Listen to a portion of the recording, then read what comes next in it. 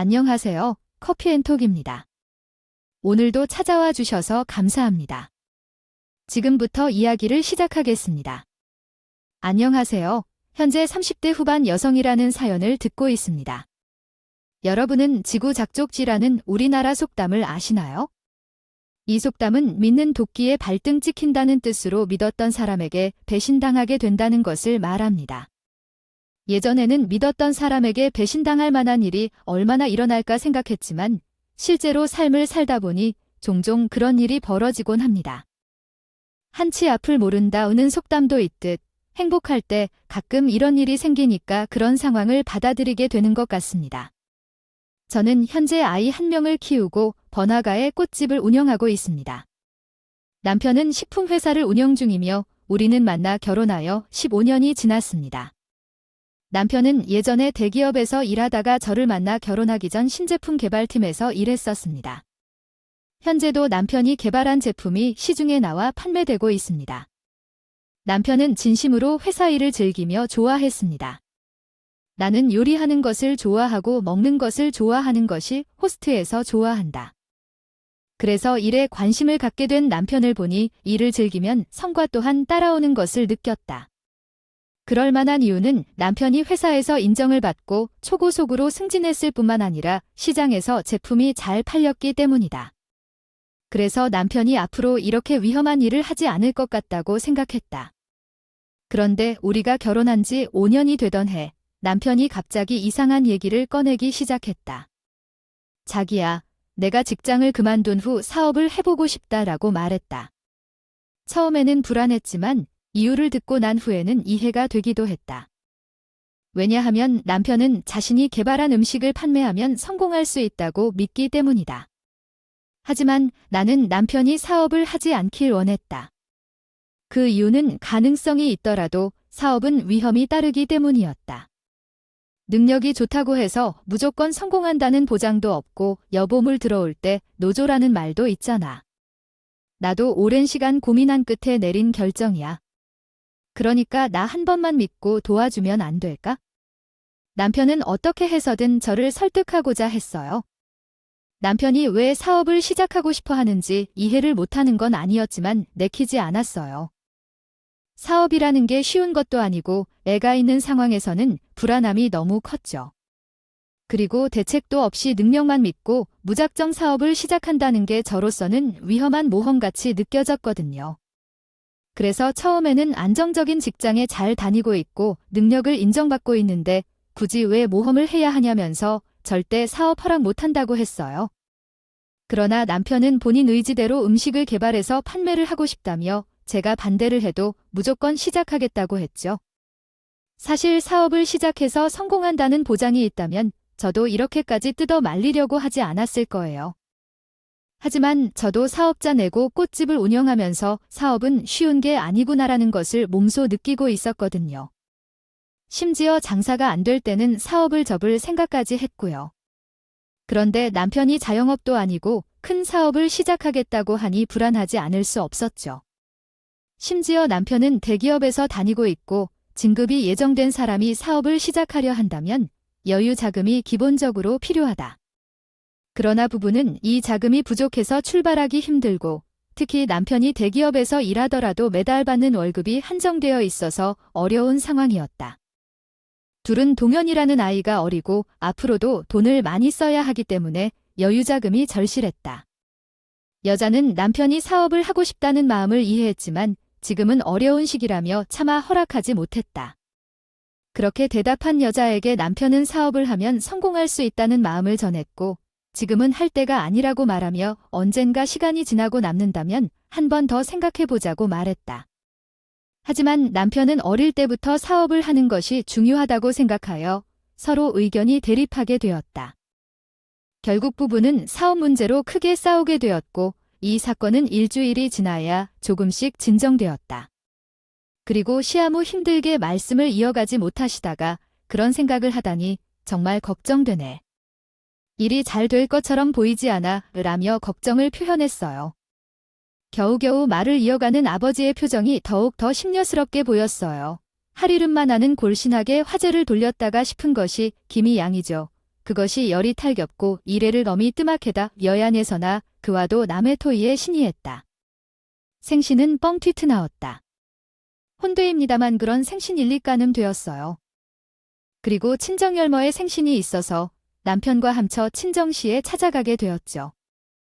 그런데 남편은 어떠든지 크를 자네오 사친정시에 간까봐 에바 클래스관이다 생신 파티가 끌리고 식솔을 한고 있는 중에 이소을 쌓고 받기 시작했죠. 장량님 장인놈 혹시 제가 계야란 은비드의 시중에 정리고 있는 거 알것이오. 그렁함 알거으나 자계하는 음공들 알리도는 면멸 맛이 있더라고. 그러나 다공고 그 얘기는 왜 하는 건가. 실제 제가 회사에 쓰모나 사업을 한번 해보았거에요. 개발한 은비들 처이름 내거 반고 대비 보고 싶습다. 그런데 룬정이자 거 늘간 말았네요. 그래서 말인든 저 조 도가구들라 어뢰주시면 이다가느니 하보겠다고. 그럼 니자 광장 은혜에 데려치운다네. 제가 다니고 있는 어썰 신안에 가져와 하려나 이 행부 못 앉아는 나 남이의 이야기로 듣고 나서 아며 신날해 보이셨네요. 어떻게 보면 당면한 다일리였죠. 잘 단디고 있더란 회사가 데려치우고 나와서 사업을 하고따는 듯누까 바로 응원해 줄 수이시오. 아버지 게르는 남휴의 이야기오. 나동안 말매쓰리 가지 못하시다가 힘들구먼을요. 셜셜셔셔. 자 나는 대기업 출신이지만 사업을 시작하려면 돈이 필요하다는 것을 알고 있습니다.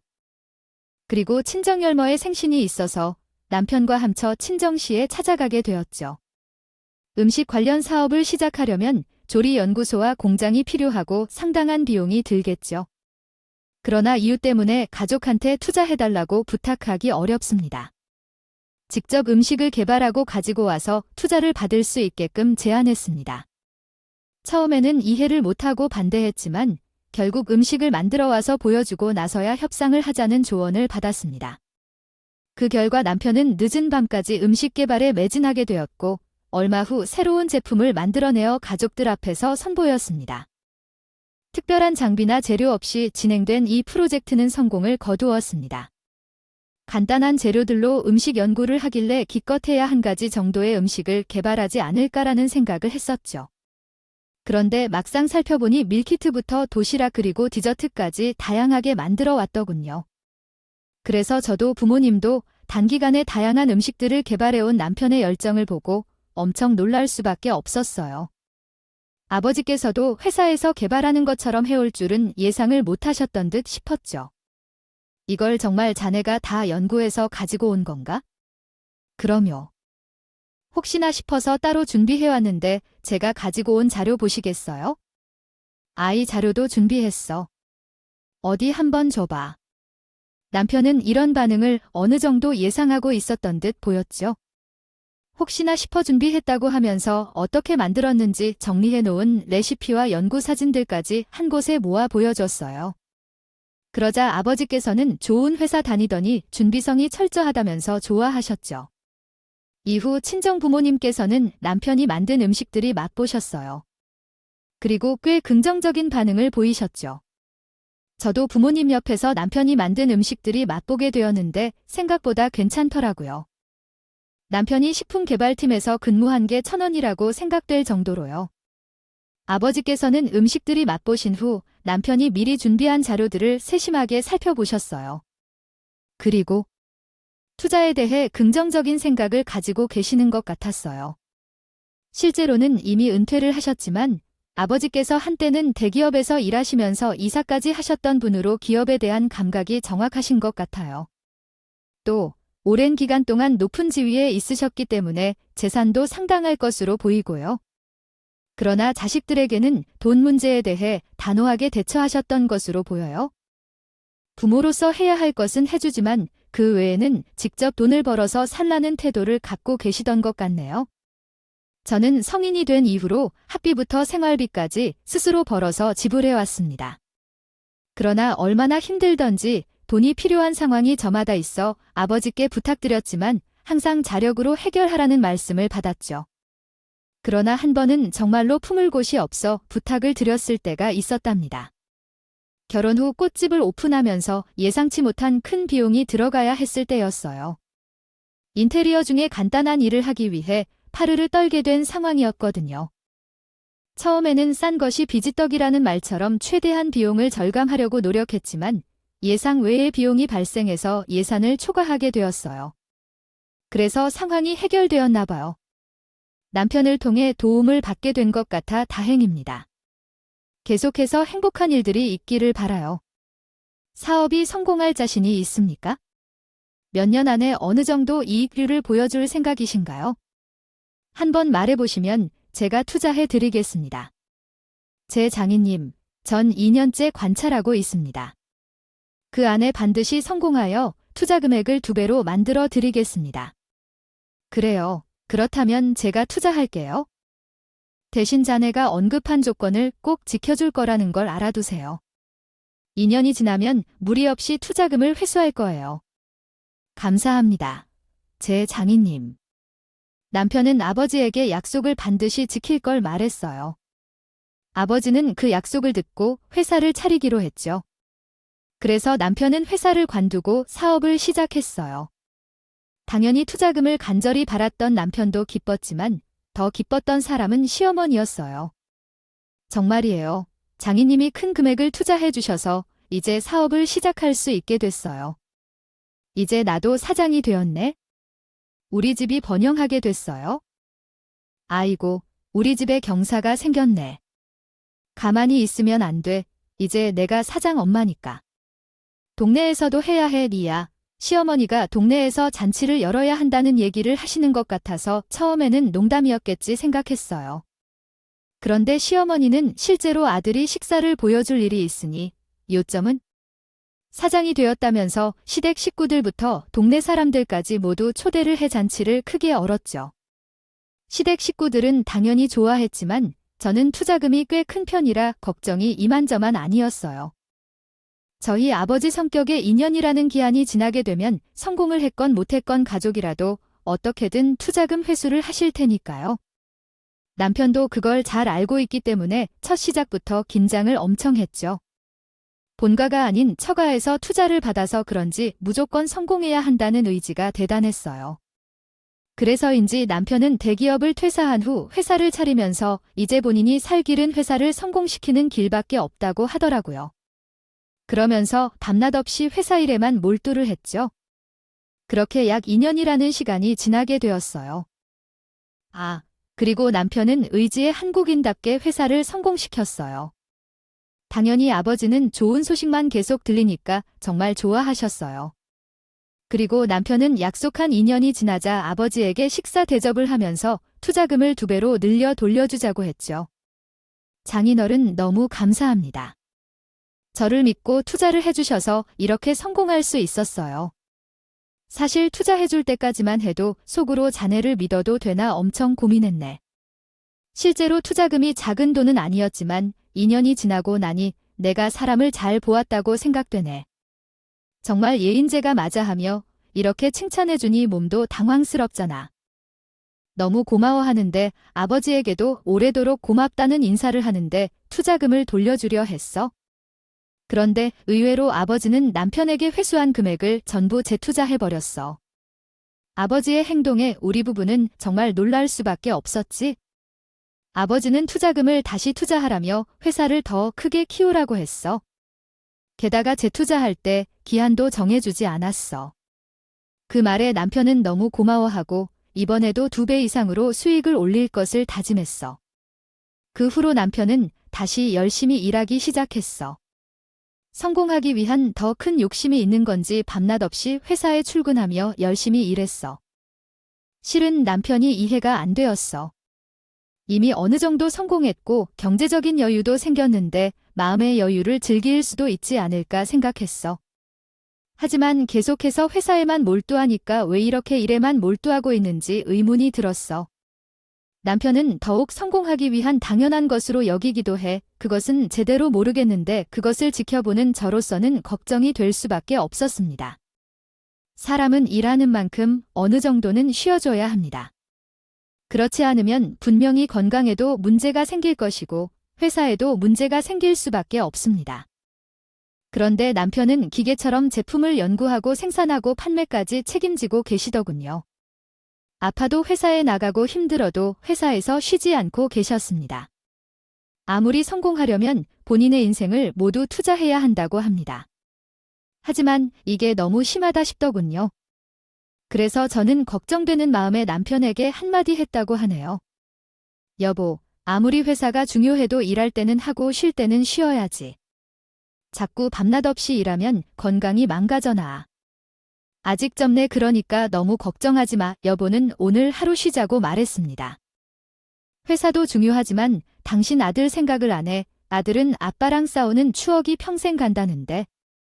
우리 아들은 맨날 혼자네. 뭐야, 지금은 회사가 더 중요해? 동현이랑 추억은 나중에 싸울게. 아, 여보. 어차피 주말이라 회사에 직원들도 안 나오잖아. 그러니까 오늘 하루는 쉬자. 저는 남편을 어떻게든 쉬게 만들려고 했지만 남편의 황소고집은 도무지 꺾이지 않았습니다. 결국 그날 남편은 회사에 나가게 되었고 저는 아들과 두 달이라는 시간이 흐르기 시작한 그때 나는 아들의 학원에서 진행하는 캠프에 참여하기 위해 일주일 동안 미국을 방문해야 했습니다. 그 캠프에는 부모님께서도 참석해야 했기 때문에 내 운영하던 꽃집은 며칠 동안 문을 닫아야 했지만 아들이 즐거워하기에 나 또한 기뻐했습니다. 그러나 캠프에 참여한 지 이틀이 지난 때 시어머니로부터 전화 한 통을 받게 되었습니다. 처음에는 해외에 있기 때문에 전화를 받지 않고 메시지로 연락하려고 했지만 급한 일이 있을 것 같아서 전화를 받기로 결정했습니다. 시어머니의 목소리가 우수수하며 전달되었습니다. 윤정아, 빨리 돌아와. 너의 남편이 갑자기 세상을 떠났어. 처음에는 이해하기 어려웠지만 시어머니는 계속 말했습니다. 너의 남편은 휴일임에도 불구하고 혼자 일을 했는데 회사에서 쓰러지셨다. 급하게 병원에 이송했지만 이미 너의 남편은 과로로 세상을 떠났다. 끝까지 듣고 나서 나는 한동안 멍해져 있었습니다. 남편이 갑자기 떠난다는 사실에 충격을 받았고 급히 돌아가야 했습니다. 편도표를 예약하여 비행기를 잡았고 나는 마음이 아픔으로 가득 차 있었습니다. 남편과 함께한 인생이 갑자기 끝나버린 것처럼 무너지고 있었기 때문이었습니다. 하지만 가족과 함께 이 힘든 시간을 견뎌내기로 마음먹었습니다. 정말로 믿기 어렵더군요. 그래서 처음에는 보이스피싱인 것 아닌가 의심도 해봤어요. 아무리 일을 많이 해도 그 나이에 갑자기 간지러운 일이 생긴다는 것은 이해하기 어려웠어요. 하지만 시어머니는 장례식장 이름까지 알려주었고 서둘러 한국에 들어와야 한다고 했죠. 결국 저는 캠프를 떠나 아들과 함께 한국으로 가는 비행기표를 예약했어요. 시어머니의 이야기를 들었지만 여전히 의아했어요. 남편이 돌아가시면 부모님도 바로 연락하고 저에게 전화를 했을 텐데 연락이 없다면 보이스피싱인가 싶기도 했죠. 하지만 부모님도 저에게 걱정되어서 연락을 안 하셨을 수도 있으니 확인 전화를 해봐야겠다고 생각했어요. 공항으로 향하는 택시 안에서 친정엄마에게 전화를 걸었어요. 그러나 엄마 목소리는 너무나도 좀 허스키했어요. 오히려 미국 여행 아직 재미있는지 라며 물어보셨어요. 아마도 부모님은 남편의 소식을 전혀 모르고 계신 것 같았어요. 이야기를 듣고 우리 모자는 갑자기 부부 동반 모임이 생겨 강원도에 머물고 있다고 하셨죠. 저는 아빠의 장례식에 참석해달라고 할까요? 일단 조금 올바르지 않은 부분이 있는 걸 확인하고 싶어서 미안합니다. 올바른 한국어 버전은 다음과 같습니다. 요즘은 정말 날씨가 믿을 수 없고 문득 큰 충격을 받고 싶지 않아서 재미있게 놀다가 오라고 요청받아 전화를 끊게 되었어요. 그러고 나서 저는 친정어머니와 통화한 후 남편이 아직 살아있을 수도 있다는 희망을 가졌어요. 남편이 세상을 떠난 것을 들었는데 사람이 아니라 사돈에게 연락하지 않은 건 이상하다고 생각했어요. 그렇지만 시어머니로부터 전화를 받은 이후 확인할 필요가 생겼고 공항에 도착해서 남은 표를 확인했지만 남은 표가 없어 비행기 표를 구할 수 없었어요. 최단 시간에 탈 수 있는 비행기도 3일 뒤였어요. 정말 난감했고 당황스러웠어요. 당연히 데스크 직원에게 간절히 부탁했고 번역도 해서 남편이 세상을 떠난 사실을 알렸지만 데스크 직원은 자리가 없어서 도와줄 수 없다고 말했어요. 저는 절망적이었고 시어머니로부터 남편의 장례가 시작되고 있다는 소식을 듣고 능소능소했어요. 미국에 갇힌 채로 아무것도 할 수 없는 상황이었죠. 결국 제가 할 수 있는 것은 데스크 직원에게 부탁하는 것 뿐이었어요. 진심입니다. 저희 가족이나 직장 있는 우리 일행이랑 관련 없이 도와주신 것에 너무나 감사드립니다. 번호를 주셨으니 3일 후에 꼭 연락드리겠습니다. 한국으로 가시면서 아무래도 너무 힘들 것 같아요. 눈물이 많을지 몰라요. 근데 어쨌거든 이렇게 할 마음까지 가질 수밖에 없네요. 아무튼 정말 감사합니다. 부디 가족분들과 함께 모두 행복한 시간 보내시길 바라겠습니다. 마지막으로 정말 감사합니다. 그 상황에서 감사하게도 원할 수밖에 없었어요. 남편이 떠나는 모습을 직접 보아야 했으며 그래서 마지막 순간까지 그를 보호하고 싶었어요. 그렇게 해서 그분과 같이 데스크로 가서 날짜 변경을 요청했어요. 데스크 직원은 처음에는 강력히 거절했지만 한국 가족들이 유창한 영어로 상황을 설명해주면서 결국 날짜를 바꿔주었어요. 그 덕분에 다음 날 비행기를 탈 수 있었죠. 너무 감사하여 도와주신 한국 가족들에게 감사의 인사를 드리고 그들은 우리를 위로해주시고 떠나셨어요. 저희는 공항에서 기다리며 시간을 보냈고 다음 날 한국행 비행기를 탔어요. 마침내 한국에 도착하여 시어머니가 장례식이 끝나고 계신다고 연락을 받았어요. 그래서 곧바로 시댁으로 향했죠. 실제로는 시아버니 분이라면 그때까지는 설마 할 것 같았어요. 남편이 세상을 떠난 사실을 직접 눈으로 확인하지 않았기 때문에 계속해서 부정했었죠. 그러나 시댁에 도착해서 안으로 들어갔을 때 남편의 영정사진이 눈에 띄게 보였어요. 그 영정을 보고 나서야 남편이 정말로 세상을 떠났다는 것을 현실적으로 깨달았고 그 사실을 받아들인 순간 눈물이 펑펑 쏟아졌어요. 머리로만 알고 있던 것을 눈으로 직접 확인하지 않아서 믿기지 않았던 것이겠죠. 이번에는 영정을 보면서 자동적으로 눈물이 나오더군요. 남편의 영정사진을 애틀게 안고 앉아서 오랫동안 울었던 것 같아요. 아들도 분위기가 심상치 않다고 생각한지 어머니에게 울지 말라는 말을 하면서 함께 눈물을 흘렸어요. 그러던 중에 어머니가 팔짱을 끼고 기분 나쁘다는 표정을 짓고 있는 것을 보고 정신이 번쩍 들었어요. 어머니, 아들 납골당 주소가 어디인가요? 제가 그분을 안치해야 하니까요. 그 사람 안에 있는데 가봐야 해요. 내 아들이 혼자 일만 하다가 불쌍하니까요. 세상에 갔다면 너무 불공평하다. 어떤 자격으로 우리 아들을 볼 수 있다고 하냐고. 어머니, 그게 무슨 말씀이에요? 남편의 장례식에도 못 참석했는데 납골당에라도 가서 볼 필요가 있어요. 그리고 그분께서 우리 동현이 얼굴도 보여줘야 해요. 그러니까 비판을 하시더라도 나중에 하세요. 남편의 납골당 주소 좀 알려주세요.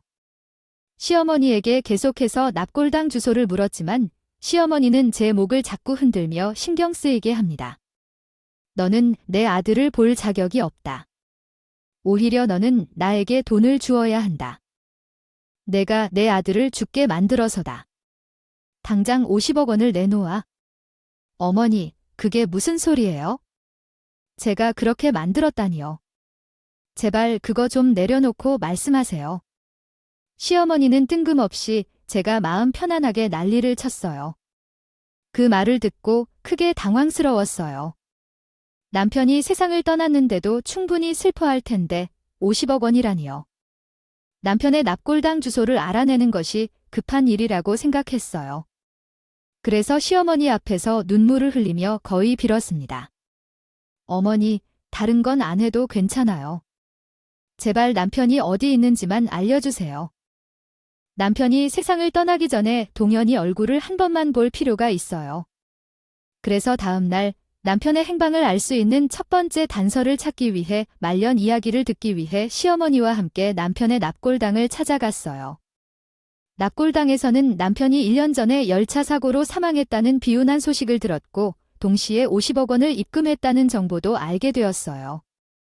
50억 원은 연금 수령자로 지급된 것으로 확인되었지만 어쩌다 식구들 사이에 타협이 있어서 국세청으로 지급해야 할 세금 및 미납액도 함께 관장하기로 했답니다. 나는 그런 소식을 듣고 급한 마음으로 남편의 본적으로 들어가서 그 근처 납골당으로 먼저 올라가 봤어요. 시어머니도 같이 와도 괜찮냐고 체포된 적이 없다며 당당하게 대답했어요. 그 후 책상에 있던 납골당 관련 정보가 흥미롭기는 마련인데 그 아이는 어디 있지? 어디에 살고 있지? 라는 생각을 해보던더니 나는 그날 밤에 집에 올 때 얼마나 긴 잠을 자지 못했는지 모르겠어요. 하지만 지금은 조금 더 편안하게 생각할 수 있어요. 중요한 건 결국 화해하는 것이라는 것이고 돈이 꽤 많이 구하신 것만으로도 할머니가 생기겠다 하는 생각도 들어버렸어요. 그래서 나는 한동안 그들과 함께 해보겠다고 마음먹었답니다. 그리고 다시 한번 길고 뜨거운 사랑을 나눌 수 있게 기회를 가져다 주기를 희망할게요. 생명주 회사를 운영하는 게 할머니 가족이 가져다 준 새로운 미래로서 남편의 의지를 계승해보는 것도 괜찮겠네요. 요컨대 나름의 노력은 오늘도 계속 중요한 작업 속으로 담겨 있어요. 생활의 즐거움을 최우선 순위에 두고 있다면 틀림없이 끊임없는 노력으로 이어질 거예요. 당신은 왜 아직도 소식이 없어? 어제 그렇게 갔으면 어떻게 할 거냐고 이야기해야지. 당신 어머니가 무슨 말을 하는 거예요? 어떻게 할 거냐고 이야기해 주세요. 그 애가 순진한 척하고 있네. 내가 어제 말했잖아. 당신이 우리 아들을 세상으로 보냈으니까 50억 원을 내놔 달라는 거야? 제가 50억 원을 어디서 가져올 거예요? 정말로 돈이 없어요. 거짓말 하지 마세요. 내 아들의 회사를 팔면 그 정도 돈이 나올 거야. 당신이 혼자 다 가질 생각이냐? 이 음탕한 여우야. 돈이 없으면 어쩔 거냐? 그럼 당신이 가지고 있는 재산을 다 내놔. 내 아들이 세상을 보냈으니까 어떤 수를 써서라도 받아낼 거야. 시어머니가 나에게 남편이 억울하게 세상을 떠났으니까 전 재산을 달라고 하셨어요. 갑작스러운 상황에 정말 어떻게 해야 할지 막막했어요. 일단 결정할 문제는 아닌 것 같아서 시어머니를 돌려보냈어요. 시어머니가 납골당 주소를 얘기한다면 어떻게든 설득해 보려고 했겠지만 상황상 쉽지 않았어요. 그러나 시어머니는 사흘 동안 문자와 전화뿐만 아니라 찾아와서 괴롭혔어요. 처음에는 다양한 생각을 했지만 남편의 친구들에게 전화해서 납골당 주소를 알고 있는 사람이 있나 물어볼까? 아니면 사람을 고용해서 뒷조사를 해볼까 생각 중이에요. 정말 생각이 많았고 결국 제가 선택한 방법은 남편의 친구들에게 전화를 걸어보는 것이었습니다. 분명히 장례식에 참석한 친구들은 남편의 납골당 주소를 알고 있을 것이라고 생각했기 때문이죠. 안녕하세요. 제이호 씨. 다름이 아니라 혹시 제 남편의 장례식에 오셨던 건가요? 네, 그게 무슨 뜻이죠? 재훈이 장례식이라고요. 남편의 장례식에 오시지 않으셨어요? 저는 오셨다고 알고 있었는데 혹시 재수 씨, 재훈이한테 무슨 일이 있는 건가요? 사실 2주 전까지만 연락이 되었는데 어제 전화를 해봤지만 받지 않더라고요. 저는 상황을 설명하면서 남편의 친구들에게 연락했습니다. 그 결과 본인도 알아볼 것이라고 했고 급한 마음에 전화를 끊고 남편의 친구들에게 전화했지만 아무도 남편이 안 치러 있는 납골당의 주소를 알고 있는 사람은 없었어요. 심지어 남편이 떠난 곳도 모른다는 게 심각했죠. 아무래도 상황을 보면 시어머니가 남편의 장례식을 혼자 친 것 같았어요. 남편의 친구들과도 연락이 없었으니 친정 부모님이 알고 있을 리도 없었던 것 같아요. 아무도 남편이 떠나보낸 것을 모른 채로. 몰라서 납골당 주소를 어떻게 알아내야 하는지 참 막막하더라고요. 결국 저는 시어머니가 요구하는 것이 돈이었으니 전 재산을 주고 납골당 주소를 알아내야 하는 건가라는 생각까지 했어요. 시어머니는 여전히 돈을 요구하고 있는 상황이었고 저는 이를 이용해야 한다는 생각이 들었어요. 그래서 결국 남편의 장례식이 끝나고 3일이 지난 시점에서 시어머니와 거래를 해보기로 했어요. 일단 집에 찾아온 시어머니를 안으로 모셔들여 대화를 제안했어요. 어머니, 요구하신 대로 제 재산을 모두 주겠습니다. 그러니 단지 우리 남편이 안치된 곳을 말씀해 주세요. 이건 어려운 일이 아닐 테니까 왜 굳이 이야기해야 하냐고요. 남편의 친구들과도 연락이 없었으니 친정 부모님이 알고 있을 리도 없었던 것 같아요. 아무도 남편이 떠나보낸 것을 모른 채로. 어서 돈을 주세요. 시어머니가 말씀해 주시면 바로 돈을 드리겠습니다. 그러니까 제발 납골당 주소만 알려주세요. 계획했던 대로 납골당 주소와 재산을 교환하자고 시어머니에게 제안했어요. 그러나 시어머니는 돈만 있는 봉투에만 관심이 있고 남편의 장소를 언급할 생각은 없어 보였어요. 그래서 저는 한 손으로 봉투를 잡고 납골당 주소를 말하라고 권고했어요. 시어머니를 재촉했더니 시어머니는 봉투를 쥐고 있는 제 손을 세게 꼬집었어요. 그 뒤로 시어머니는 봉투를 들고 도망가려고 시도했어요. 하지만 저는 아픔도 느끼지 않은 채 급히 뛰어가 시어머니를 붙잡았고 애절하게 부탁하기 시작했어요. 어머니, 그 돈을 다시 돌려주십시오. 제발 남편이 어디 있는지 알려주세요. 나는 아들의 삶과 미래에 관심이 있습니다. 하지만 시어머니는 돈만 챙기려고 하고 입을 열 생각을 하지 않았어요. 저는 남편의 납골당 주소를 알 때까지 시어머니를 놓지 않겠다고 결심했죠. 그래서 시어머니의 팔을 붙잡고 제발 말씀해 주십시오 하며 간절히 탄원했어요. 그런데 그때 집안에서 누군가가 비밀번호를 입력하는 소리가 들렸어요. 처음에는 우리 아들이 학교에서 돌아왔을 것이라고 생각했죠. 그러나 세상에 떠난 사람이 어떻게 집 비밀번호를 알 수 있을까요? 당황스러웠어요. 아들에게 이 모습을 보이고 싶지 않았기 때문에 당황했죠. 그러나 아무렇지 않게 집 비밀번호를 누르고 들어온 사람은 다름 아닌 남편이었다. 세상을 떠난 남편이 멀쩡한 모습으로 살아 돌아온 것이었다. 나는 남편의 얼굴을 보자마자 너무 놀라서 어떻게 해서든 안간힘을 쓰며 붙잡고 있던 시어머니를 손에서 놓았다. 남편을 보고 정말 기절초풍하는 줄 알았다. 세상을 떠난 사람이 눈앞에 멀쩡한 상태로 있는데 어떻게 놀라지 않을 수 있겠는가? 나는 남편을 보고도 도저히 믿어지지 않았고 가까이 다가가서 얼굴 여기저기 만져대며 눈물을 흘렸다. 이게 어떻게 된 거야? 정말 재호 씨 맞아 멀쩡하게 살아있는 거 맞지? 나 살아있으니 걱정하지 마. 당신 며칠 동안 마음고생 많았지? 정말 미안해. 근데 이게 어떻게 된 일이야? 어머니가 당신 장례식도 치르고 영정사진도 만들어놨는데. 그게 어떻게 된 건지 나중에 다 설명해 줄게. 남편은 짧은 인사를 하고 나서 화가 난 얼굴로 나를 노려보았다. 나도 남편에게 안겨있을 때 시어머니 쪽을 바라봤다. 시어머니는 남편이 돌아온 모습을 보고 하얗게 질리더니 그 비봉투를 들고 도망가려는데 남편은 순식간에 시어머니를 그를 안아 화가 너무 좀 났대. 시어머니는 뭔가 아들을 돈 빠져나가 잡고 늦어 그녀는 뭐 해도 너무 노인티자기 종류인지 하나시오 하는 그러나 남편은 시어머니를 붙잡고 놓아주지 않고 집을 떠나라 과만지암이 지나 불규종을 하죠. 나는 이 대체 무슨 할 일인 납골당은 할 사상을 가지며 이야기 시어머니가 째서 진우가 나류인 의전계 날이던 것이다. 탈출지게 쾌보 안우바까지 부르고 것과 같아에 난리를 쳤죠. 그러니까 지금 이 모든 상황이 어머니가 저는 돈 때문이라고요? 타인이 아니라 아들에게 이런 짓을 할 수가 있어요. 미안해요. 정말 돈이 너무 빨리 필요해서 눈이 멀어버렸어요. 돈을 빼앗고 난 다음에는 어떻게 되어야 할지 생각해봤어요. 남편을 평생 오두막에 가둬놓고 돈을 가지고 모르는 곳에 숨겨놓으려 했어요. 그리고 남편은 그들이 요양원에 가게 하려고 했어요. 그런데 시어머니가 이렇게 대답하자 몸 전체에 소름이 돋았어요. 사람이라는 탈을 쓰고 그런 생각을 하는 것이 얼마나 황당한지요. 남편도 큰 충격을 받은 모양이었는지 제게 경찰서에 신고해달라고 했어요. 그래서 바로 남편의 말대로 신고했어요. 그런데 더 기이한 건 경찰이 집에 올 때 시어머니의 태도가 180도 바뀐다는 거예요. 모든 것이 드러났음에도 뻔뻔하게 친척상 때문에 처벌받지 않을 거라며 경찰을 따라가 조사를 받았어요.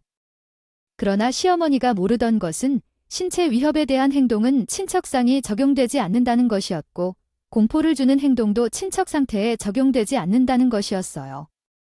그리하여 시어머니는 뒤늦게 잘못했다고 인정하며 죄를 사과하기 시작했습니다. 그러나 모든 것이 드러나면서 시어머니는 책임을 져야 했고 이에 부부는 시어머니와의 관계를 끊기로 결정했습니다. 그러나 세상은 쉽게 변하지 않는 법인데 시어머니는 갇혀있던 감옥 속에서도 정신을 못 차리고 돈이 필요하다며 남편에게 돈을 요구하는 편지를 보냈지만 남편은 시어머니의 변하지 않는 마음에 실망하고 돈을 주지 않았습니다. 결국 그 편지를 받은 시어머니는 자각한 것인지 더 이상 연락하지 않았고 부부는 평온한 삶을 되찾았습니다. 남편은 사업이 성공하며 가족과의 소중한 시간을 갖기 위해 힘쓰고 아들도 아버지와의 더 많은 시간을 즐기며 행복해하는 것 같았습니다. 따라서 이 일로 인해 부부는 더 행복한 삶을 살게 된 것 같았습니다. 남편에게 이야기하는 것은 너무 감동적이었습니다. 또한 가족에게 행복한 일만이 있길 바란다는 말씀에 저도 흥분했습니다. 커피앤톡의 이야기를 듣고 있는 것이 정말 기쁩니다. 여러분 모두 행복한 하루 보내세요. 감사합니다.